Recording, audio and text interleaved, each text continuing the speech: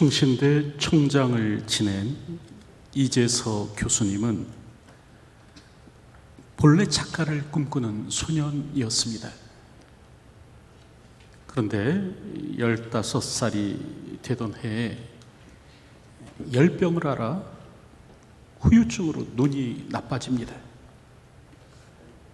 그리고 이제 1년 뒤에는 시력을 완전히 잃게 되는데 1급 시각장애인이 되었습니다. 너무도 절망스러워서 여러 차례 자살을 기도했다고 하는데, 또 한편으로는 죽기가 너무 억울하다는 생각도 들었다고 합니다. 그래서 이제 유서라도 쓰고 죽자라는 생각에 점자를 배우러 상경해서 서울 맹학교에 입학합니다. 그러던 중 한 목사님의 말씀을 통해 살아야 할 이유를 발견하는데, 인간에게는 4가지 눈이 있다는 겁니다. 사물을 보는 육안, 지혜를 터득해가는 지안, 마음을 보는 심안, 그리고 하나님을 믿을 때 영원한 세상을 보는 영안. 그런데 사물을 보는 육안 하나 잃었다고 해서 모든 것을 포기하고 말 것인가? 포기하지 말고 열심히 나아가라. 그 말씀에 도전을 받은 겁니다. 그래서 최선을 다해서 공부를 했는데, 그러던 중에 그 여의도 광장에서 열린 그 빌리 그레함 집회에서 예수님을 만납니다. 그리고 장애인을 위해 살기로 결단합니다. 총신대학에 입학하고 3학년 때 장애인 선교단체인 미랄 선교단을 창립합니다. 이후 미국으로 유학을 가서 사회복지 정책으로 학사, 석사, 박사의 학위를 취득하는데, 이때 이제 미국 전역에 미랄 선교단 지부를 설립합니다. 그리고 마침내는 세계 미랄 연합회를 출범시키는데, 여러분, 이 협회는요 28개국의 총 100여 선교지에 지부를 둔 세계적인 조직이었습니다. 그럴 때 이제 이런 공로를 인정받아서 지난 2004년에는 국민훈장 목련장을 수여받는데, 여러분, 이처럼 이재서 교수님은 자살하려고 했던 절망의 자리에서 소명을 발견하고 수많은 장애인들을 돕고 섬기는 일을 하였습니다. 그럴 때 그는 이런 고백을 하는데요. 장애는 한마디로 제게 기회였습니다. 실명이 있기 때문에 맹학교에 진학했고, 이후 미랄이라는 조직을 만들었으며, 미국에서 박사 학위를 받고 교수가 되었습니다. 실명은 제게 아픔이고 눈물이었지만 한편으로는 축복의 기회이기도 했습니다. 의미 없는 고난은 없습니다. 저는 이렇게 말하곤 합니다. 고난은 이메일처럼 갑작스럽게 찾아오지만 고난에 대한 설명은 나중에 배를 타고 오듯 천천히 온다.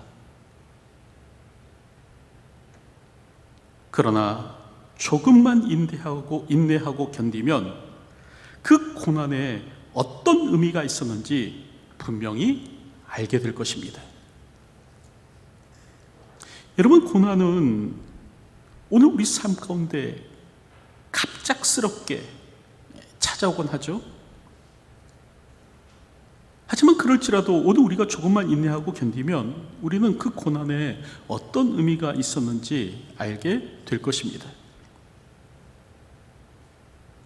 그럴 때 이는 요셉도 동일했는데, 요셉도 갑작스레 고난을 맞이하죠. 17의 어린 소년이었지만 형들에 의해 노예로 팔립니다. 그리고 애굽으로 내려가게 되었는데 30이 될 때까지 모진 고통을 겪어야 했습니다. 심지어는 감옥 깊은 곳까지 내려가야 했습니다. 하지만 하나님께서는 요셉을 홀로 두지 않으셨죠? 그를 통하여 하나님의 꿈을 이뤄 가십니다. 하나님께서는 요셉을 통하여 기근 때의 아브라함의 후손을 보호하시고 이스라엘을 위한 그 모판으로 애굽을 사용하십니다. 그럴 때 요셉을 애굽의 총리로 세워서 이 일을 하시는 거예요. 이처럼 요셉의 고난은 갑작스러운 것이었지만 의미 없는 것은 아니었습니다. 이는 우리도 마찬가지입니다. 우리 삶에 일어나는 고난은 의미 없는 고난이 아닙니다. 물론 그 고난의 이유에 대해서 우리는 다 알지 못할 수도 있습니다. 내가 왜 이런 고난을 겪어야 하는지 이해할 수 없을지도 모릅니다. 하지만 조금만 더 인내하고 견딘다면 그 고난에 어떤 의미가 있었는지 아는 날이 올 것입니다. 왜 하나님께서 나를 깊은 절망 가운데 두셨는지 깨닫는 날이 올 것입니다. 그러므로 그날까지 참고 인내함으로 이 땅을 사는 저희들이 되어야 할 것입니다. 이처럼 하나님께서는 요셉의 고난을 통해서 요셉의 꿈을 이루어 가시는데, 그럴 때 지난주에 살펴본 것처럼 야곱의 가족들이 애굽에 살게 되죠. 저들은 애굽에서 거할 땅과 양식을 얻습니다. 창세기 47장 5절부터 6절을 보면 바로가 요셉에게 말하여 이르되 내 아버지와 형들이 내게 왔은즉 애굽 땅이 내 앞에 있으니 땅이 좋은 곳에 내 아버지와 내 형들이 거주하게 하되. 그러니까 바로가 그 요셉의 형제들이 애굽 땅에 살 수 있도록, 그 땅을 차지할 수 있도록 그렇게 해준 겁니다. 더불어 창세기 47장 12절을 보면 또 그의 아버지와 그의 형들과 그의 아버지의 온 집에 그 식구를 따라 먹을 것을 주어 복량하였더라. 그 야곱의 가족에게 또 먹을 것이 주어졌다는 거죠. 여러분, 이처럼 야곱의 가족은요, 애굽에서 땅과 양식을 얻습니다. 반면 애굽 백성들은 이 기근으로 인해 자유마저도 잃습니다. 이방인이었던 가나안 땅에서 내려온 이 야곱의 가족은 기근으로 인해서 애굽에서 땅과 양식을 얻게 되는데, 본토민이었던 애굽에 거주하던 그 애굽 사람들은 자신들이 가지고 있는 땅과 자유마저도 빼앗기더라는 거예요. 그것에 대해서 오늘 13절을 보면 다음과 같은 말씀으로 시작하는데, 기근이 더욱 심하여 사방에 먹을 것이 없고 애굽 땅과 가나안 땅이 기근으로 황폐하니.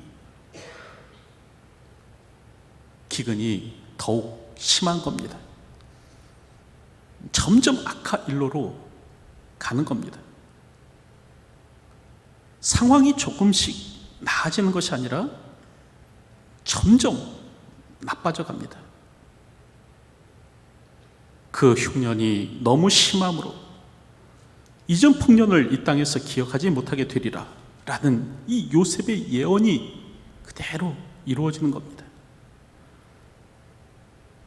그러자 애굽 사람들과 가나안의 사람들은 돈을 긁어모아 요셉을 찾아가죠. 돈을 주고 식량과 바꿔갑니다. 그럼에도 불구하고 이 돈은 금방 바닥나게 되는데,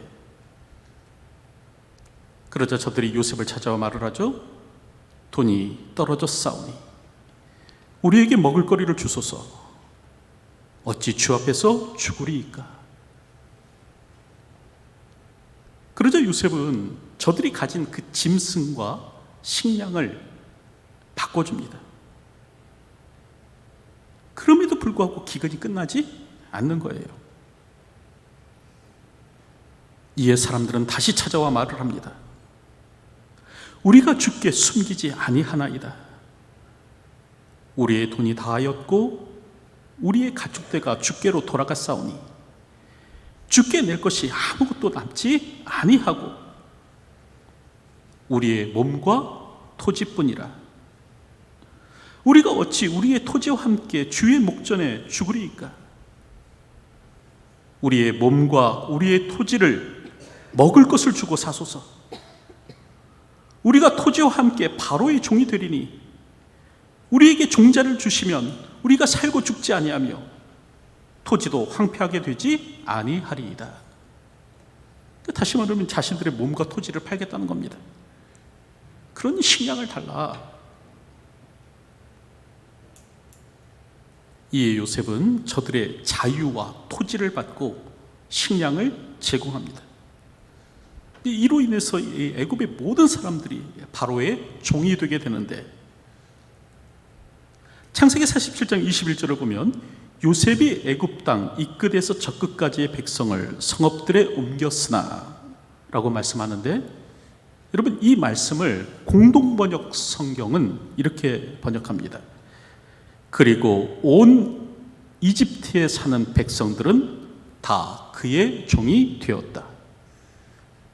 그러니까 이 성읍을 옮겼으나라는 이 말이 종으로 삼았으나라는 말로도 번역되는 겁니다.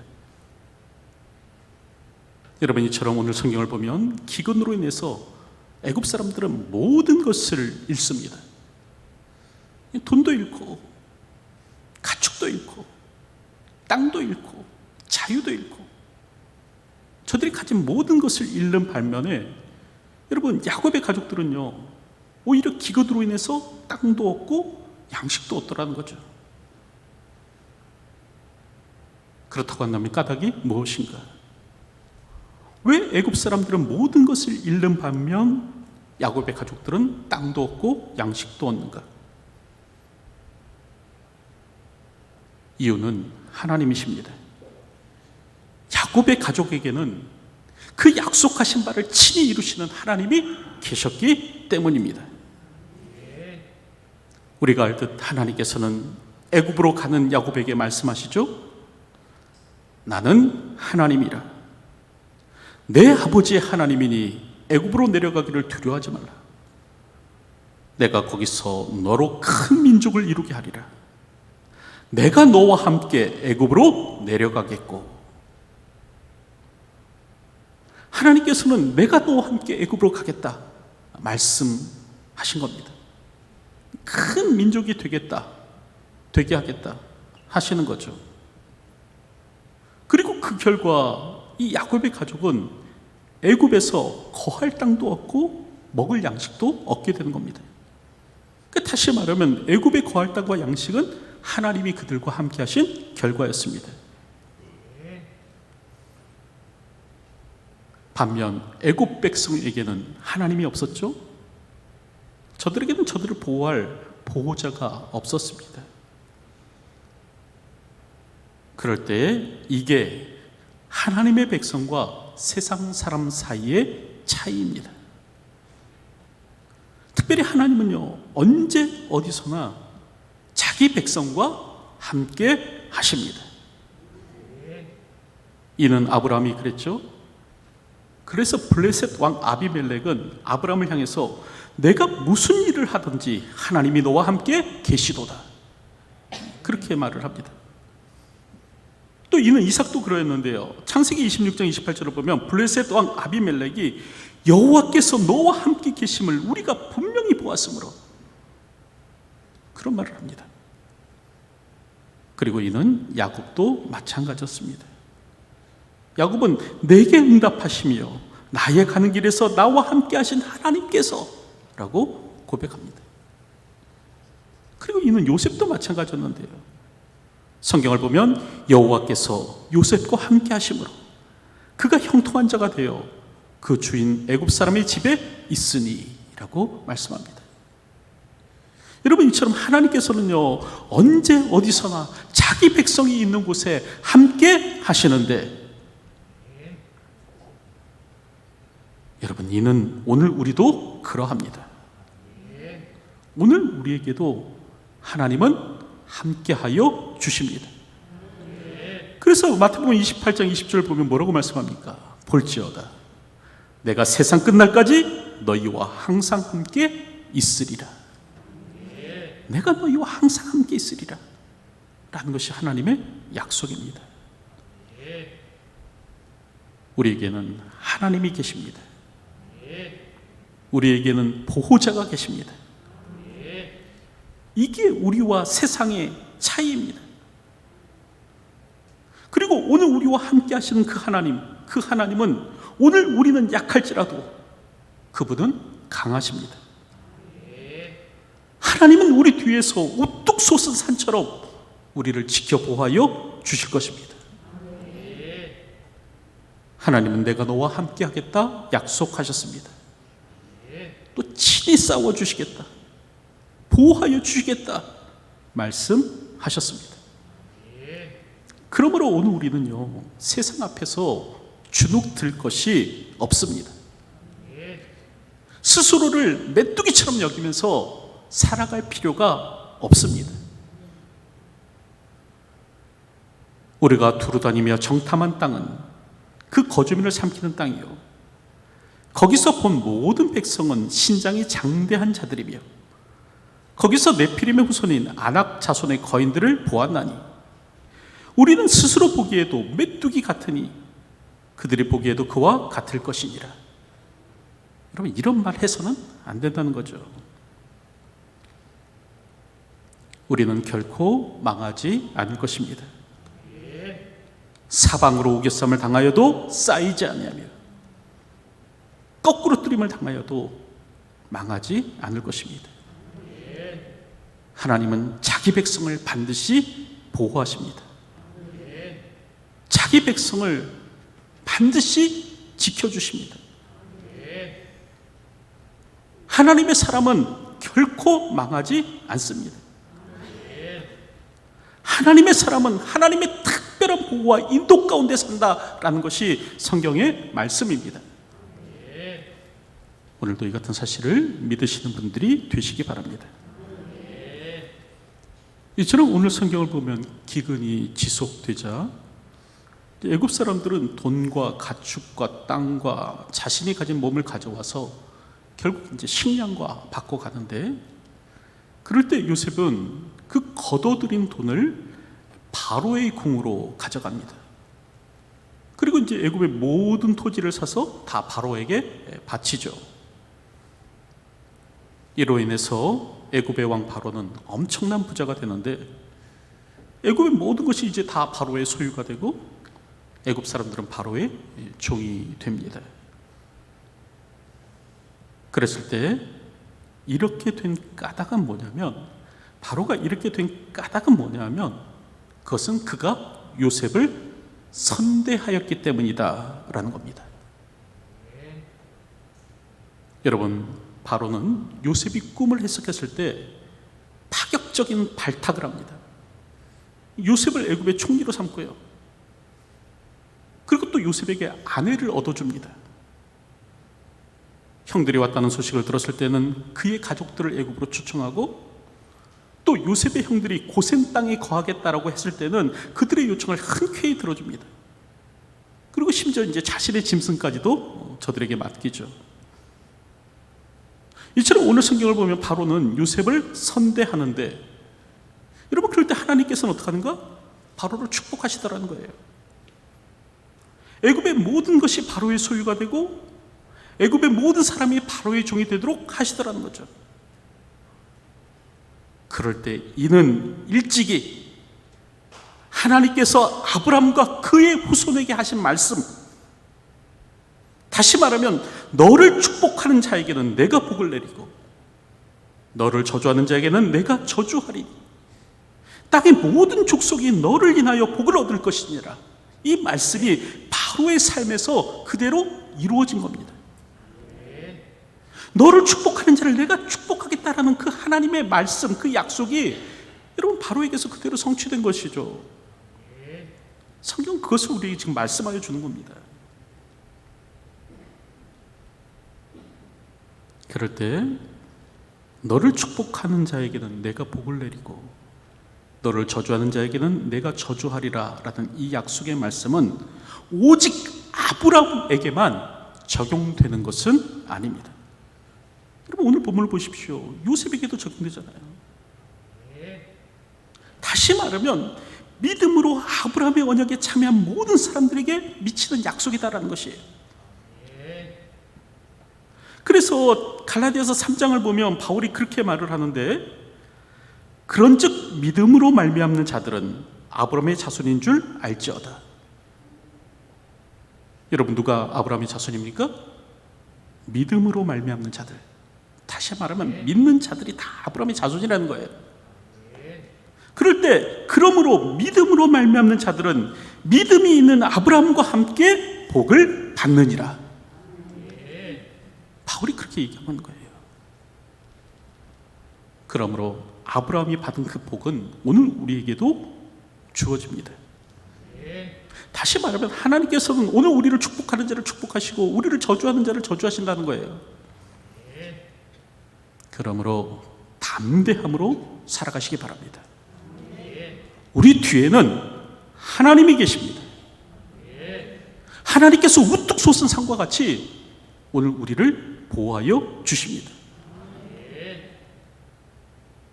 더불어서 오늘도 주의 형제들을 돕고 섬기시기 바랍니다. 다시 말하면 저들에게 베푼 복이 오늘 내게로 돌아올 것입니다. 하나님께서는 분명히 자기 사람을 축복하는 자를 축복하시겠다고 했습니다. 그러므로 오늘 우리가 주의 백성들을 선대한다면 하나님께서는 반드시 오늘 우리에게도 같은 복을 허락하여 주실 것입니다. 그래서 잠언 19장 17절을 보면 그렇게 말씀하죠. 가난한 자들을 불쌍히 여기는 것은 여호와께 구워드리는 것이니 그의 선행을 그에게 갚아 주시리라. 여러분 가난한 사람 불쌍히 여기는 거, 그거 하나님께 구워드리는 거라는 거예요. 하나님께서 반드시 갚아주신다는 거예요. 우리는 그런 모습을 열왕기서를 통해서도 보게 되는데, 열왕기서 17장을 보면 사르밧의 과부가 엘리야를 선대합니다. 그녀는 이방인이었음에도 불구하고 자신이 가진 전 재산, 한 움큼의 가루와 병에 있는 약간의 기름, 이걸 가지고 음식을 만들어서 엘리야를 대접한 겁니다. 그녀는 마지막으로 이것을 가지고 음식을 만든 후에 먹고 그의 아들과 함께 죽으려 했지만 결국 그것마저도 이제 엘리야를 위해서 결국 내어줍니다. 그럴 때 어떤 일이 일어나는가? 성경을 보니까요, 기근이 끝날 때까지 하나님께서 저들에게 양식을 공급하시더라라는 거예요. 저들의 통에 가루가 떨어지지 않냐고 병의 기름이 없어지지 않게 하시더라라는 거죠. 여러분 오늘도 주의 사람들을 선대하십시오. 믿음의 형제들에게 은혜를 베풀고 저들을 축복하십시오. 저들에게 비는 복이 결국 우리의 복이 될 것입니다. 오늘도 저주하는 자가 아니라, 형제를 저주하는 자가 아니라 형제를 축복하는 자로 살아가십시오. 반대로 형제들을 저주하는 자는 결국 망하게 됩니다. 우리는 열왕기하 2장을 보면 그런 것을 보게 되는데, 수풀에서 암콤 둘이 나와서 40명을 찢는 일이 일어납니다. 이 까닭이 무엇인가? 이들이 하나님의 사람 엘리사를 향해서 대머리에 올라가라, 대머리에 올라가라 조롱했기 때문이죠.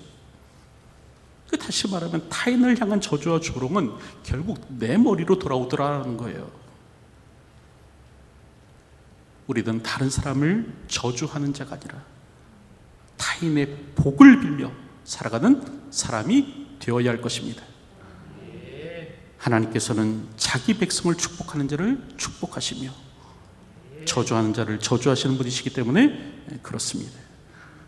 오늘도 이것을 알고 복의 통로로 이 땅을 살아가는 저와 여러분의 삶이 되었으면 합니다. 이제 말씀을 맺으려고 하는데, 여러분, 고난에 대한 설명은 나중에 배를 타고 오듯 천천히 옵니다. 내가 왜 이런 고난을 당하는가 금방 알기는 어렵죠. 하지만 오늘 우리가 조금만 인내하고 견디면 결국 그 고난에 어떤 의미가 있을는지 분명히 알게 될 날이 올 것입니다. 그럴 때 특별히 오늘 성경을 보면 애굽 사람들은 이 기근 중에 모든 것을 잃게 되는데, 야곱의 가족들은요, 이 기근 중에도 땅을 얻고 양식을 얻더라는 거예요. 이유는 하나님이었죠. 그럴 때 우리 하나님은 우리를 축복하는 자를 축복하시고 우리를 저주하는 자를 저주하시는 분이십니다. 그러므로 오늘 우리는요, 첫째로요, 담대할 필요가 있어요. 담대할 필요가 있어요. 그 누구도 오늘 우리를 해하지 못합니다. 담대할 필요가 있고, 둘째로 주의 형제들을 선대하십시오. 다른 사람들을 축복하고 다른 사람의 복을 비는 삶을 살아가시기 바랍니다.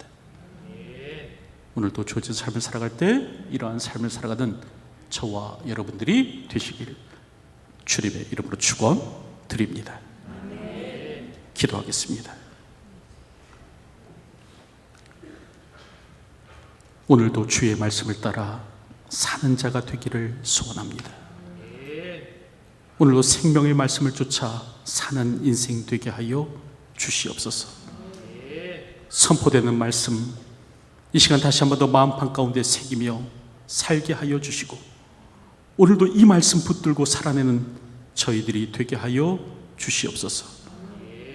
말씀의 사람으로 이 땅을 살아가는 자가 되기를 소원합니다. 말씀을 힘써 지킴으로 주어진 삶을 살게 하여 주시옵소서. 특별히 오늘 우리의 하나님이 살아계시며 우뚝 솟은 산과 같이 우리를 지키시고 보호하심을 기억하며 이 땅을 담대함으로 살아가는 저희의 삶이 될 수 있도록 도와주시고, 특별히 믿음 안에서 주의 형제들을 더욱더 축복하며 그들을 선대하며 살아가는 삶이 될 수 있도록 인도하여 주시옵소서. 예수님의 이름으로 기도하옵나이다. 아멘.